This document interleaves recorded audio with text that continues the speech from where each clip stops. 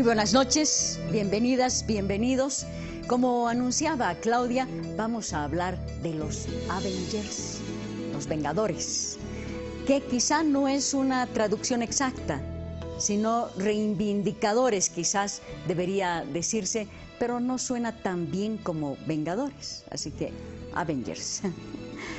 Tenemos a dos personas que nos van a hablar desde distintos puntos de vista sobre este fenómeno de masas. Está con nosotros Armando Ortuño, economista. Bienvenido, Armando, muchas gracias por acudir a esta invitación. Muchas gracias, Lucía.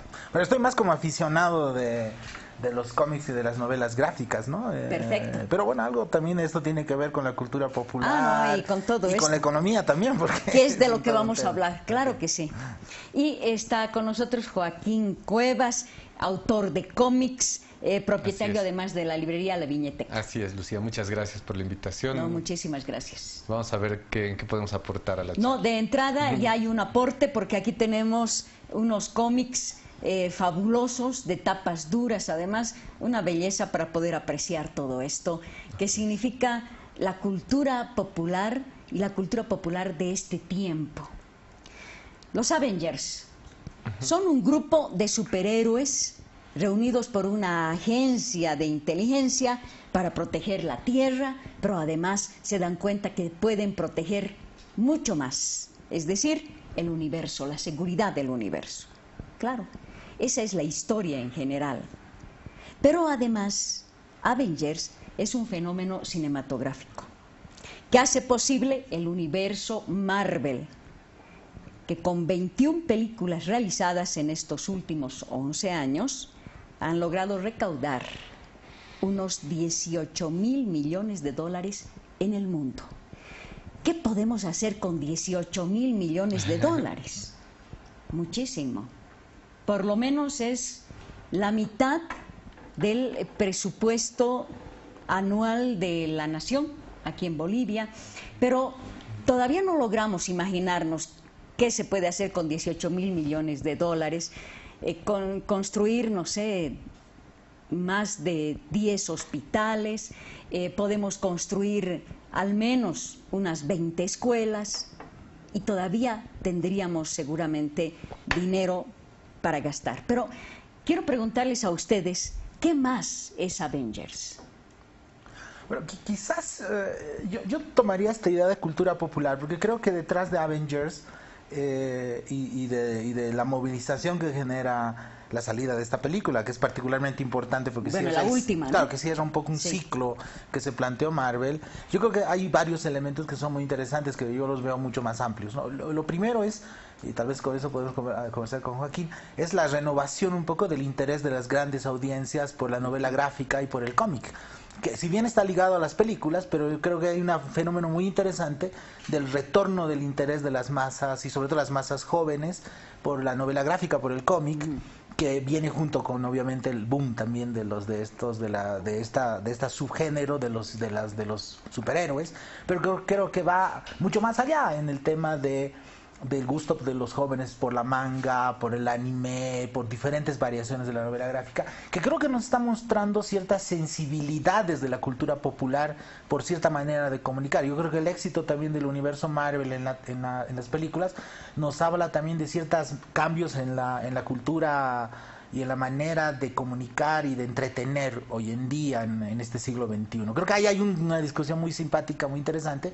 pero también tú has tocado la otra arista, también más dura, es también cómo estos universos de entretenimiento muy viejos, muchos de estos héroes son los años 60, sí, pero hoy en día también, 50. Claro, y en lo que tú mencionabas, también funcionan dentro de una economía capitalista que los ha transformado en monumentales mercados de entretenimiento, ¿no? Es decir, Marvel, Disney, que es la corporación de entretenimiento más grande del mundo, una de las más grandes, sí, es ahora la dueña de Marvel, y también el éxito que estamos viendo también implica un gran negocio global detrás de toda esta cosa que nos gusta a nosotros, pero también detrás de esto hay una nueva manera de hacer dinero, de generar entretenimiento para los nuevos ciudadanos del siglo XXI, ¿no? Entonces, yo creo que más allá de eso estos cambios bien interesantes en la cultura popular, Sí. en la manera de entretenerse, en el gusto de los jóvenes por cosas incluso antiguas.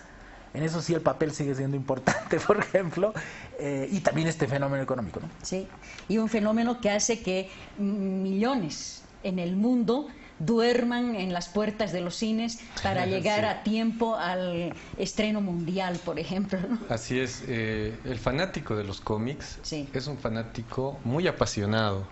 El lector de cómics de superhéroes está acostumbrado a que lo sorprendan, ¿no? A que le den cosas nuevas todo el tiempo. Como el mismo formato de los cómics es periódico, o sea, sale cada mes una revista, ¿no? Una revista de 20 En mi época era páginas. semanal.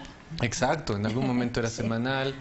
O antes eran tiras cómicas que salían todos los días. En los Entonces, periódicos. el lenguaje del cómic ha desarrollado una capacidad para ir, en primer lugar, creando suspenso, creando interés en la gente, ¿no? Entonces, siempre quieres ver qué hay en la siguiente página, ¿no? Sí. Pasas la página, pasas la página, pasas la página.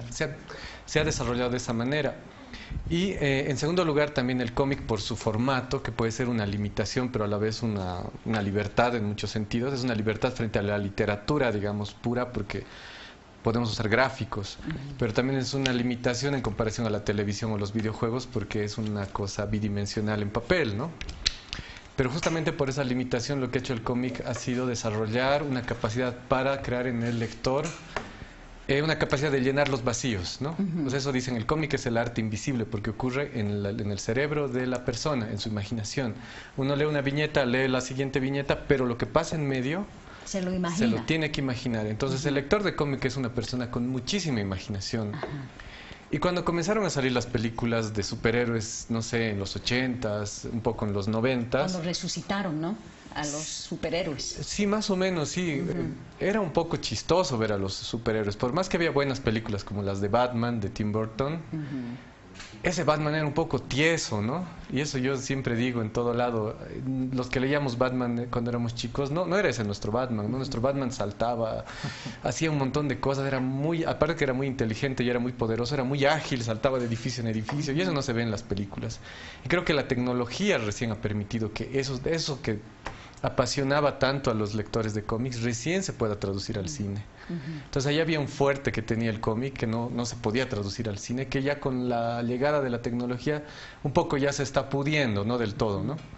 Entonces ha creado seguidores de películas tan apasionados como lo éramos los lectores de cómics. Y por eso es un fenómeno de masas tan fuerte. Qué increíble ver en este siglo XXI, con tanta tecnología cibernética. Bueno, yo, ¿no?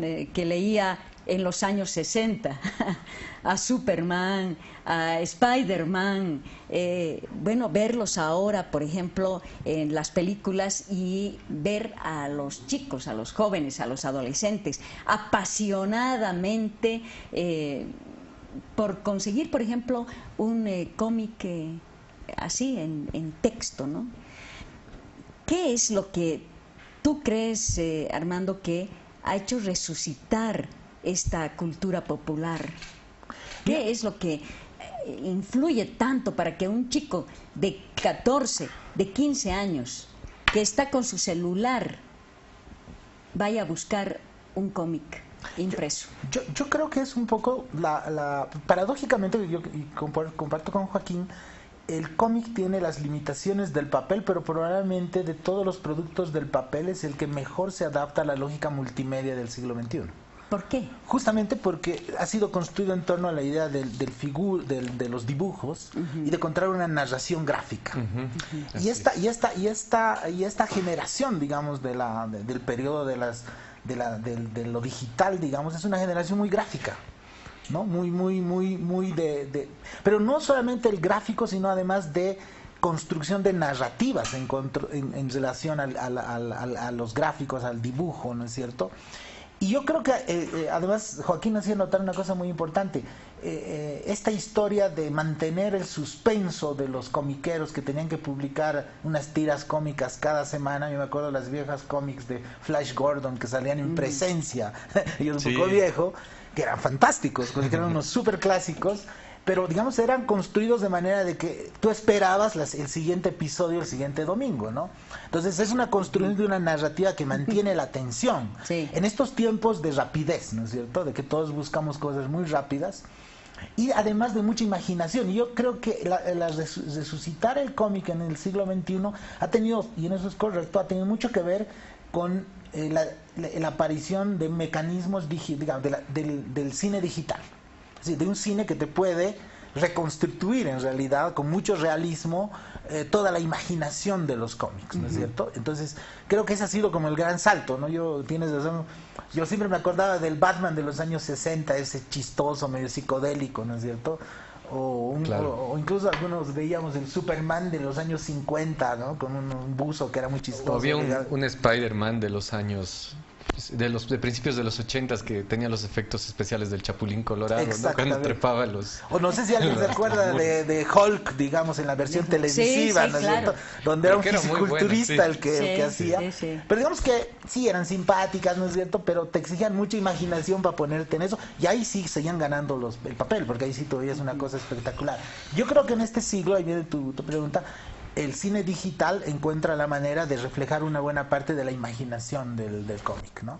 Y reflejarla. Pero al mismo tiempo, y eso es lo fascinante, yo creo, al reconstituir un lenguaje gráfico, también refuerza el hábito de los jóvenes en torno al producto cómic y a la lectura, pero en este formato, ¿no? Entonces creo que es muy interesante que se retroalimentan, pero yo te agregaría un tema más que Joaquín quizás puede conversar un poco, pero también yo creo que estos universos, Marvel por lo menos a mí me parece muy interesante, porque además es un universo con mucho sentido del humor. Sí, hay narrativas con sentido del humor, a ratos de ese cómic es más serio, ¿no? Una cosa así. Es cierto. Pero creo que esta idea de la narrativa ligada a lo gráfico es también un valor en esto, y creo que también explica por qué se enganchan todos con estos productos, ¿no?